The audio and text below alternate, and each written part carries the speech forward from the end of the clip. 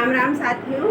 देखिए भाई बहनों, आज हम आपको बता रहे हैं एकादशी के व्रत पे चर्चा करें। आप एकादशी व्रत कैसे करें जिसके आपको पूर्ण फल प्राप्त हो। देखा, एकादशी व्रत के लिए 3 दिन, दशमी, एकादशी और द्वादशी, 3 दिन का होता है नियम। अगर आप 3 दिन का नियम पालन कर सकते हो तो आप एकादशी का व्रत करें, नहीं तो आप एकादशी के दिन एक टाइम पका हुआ भोजन, जैसे पका हुआ भोजन का मतलब ये है कि आप कच्चा भोजन नहीं करना चाहिए। हमारे शास्त्र में लिखा गया है पका भोजन को शुद्ध यानी पक्का भोजन से कहते हैं। जैसे पूरी आप छान लीजिए, सब्जी शुद्ध शाकाहारी भोजन करिए। एक टाइम अगर आप भोजन करेंगे उसको भी एकादशी का व्रत ही माना जाता है।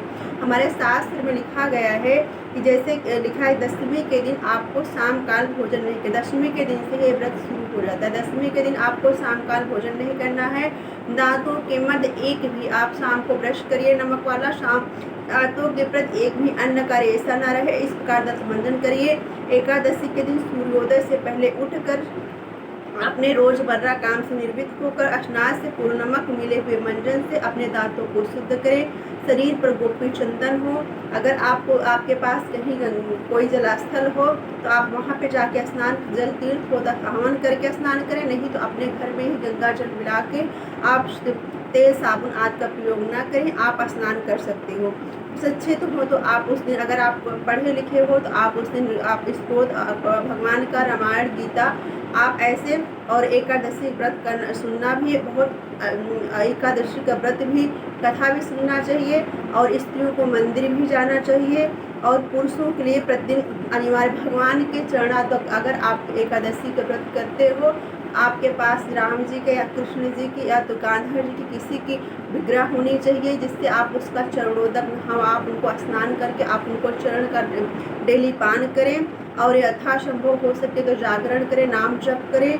अगर आप में इतना सामर्थ्य है तो आप एकादशी का व्रत, अनेक लाभ दे चुके एकादशी का व्रत भजन कीर्तन में लगाना चाहिए। यदि सामर्थ्य हो तो रात्रि में भी, अगर आपके पास सामर्थ्य है तो रात्रि में भी जागृत होकर रात भर जागरण सत्संग करें। और ये भी कहा गया है कि जिस दिन आप एकादशी का व्रत रखते हो, संपूर्ण दिन शुद्ध आचार विचार, मतलब शुद्ध, जिसको कपटी छल कपटी हो, झूठ बोलते हो, कपटी हो, व्यभिचारिणी हो, मांस मदिरा पान आदि करते हो, उनके साथ उस दिन संगति नहीं करना चाहिए, नहीं तो आपका व्रत का मतलब निष्फल हो जाता है। झूठे ऐसे लोग से बचना चाहिए।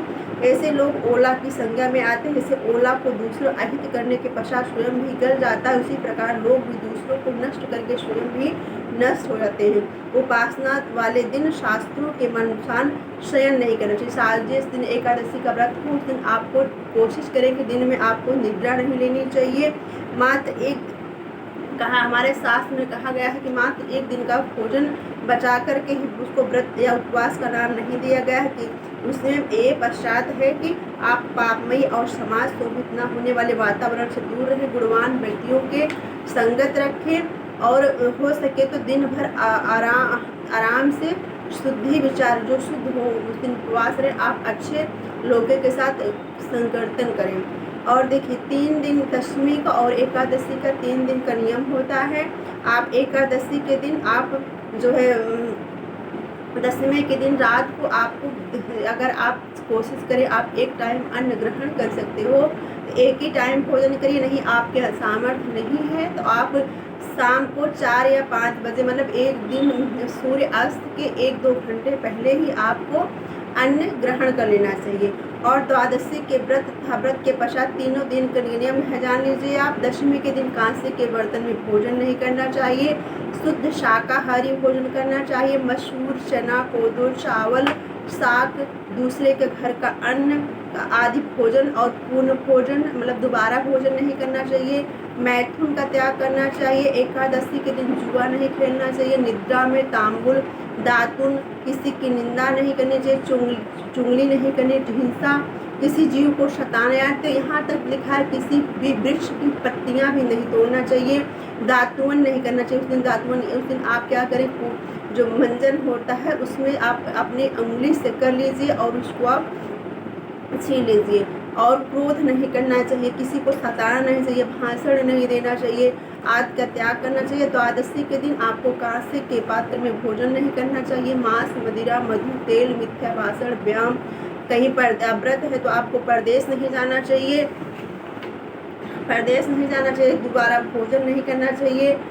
ये द्वादशी का भी नियम है।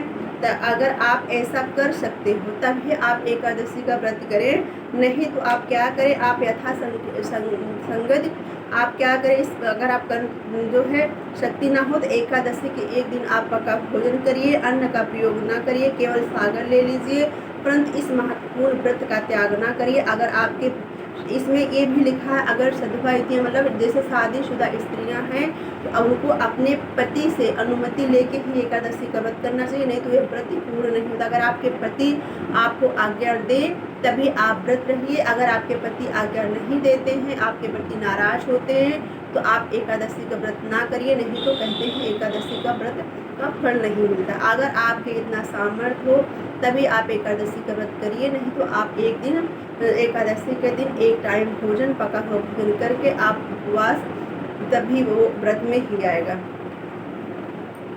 जय श्री राम।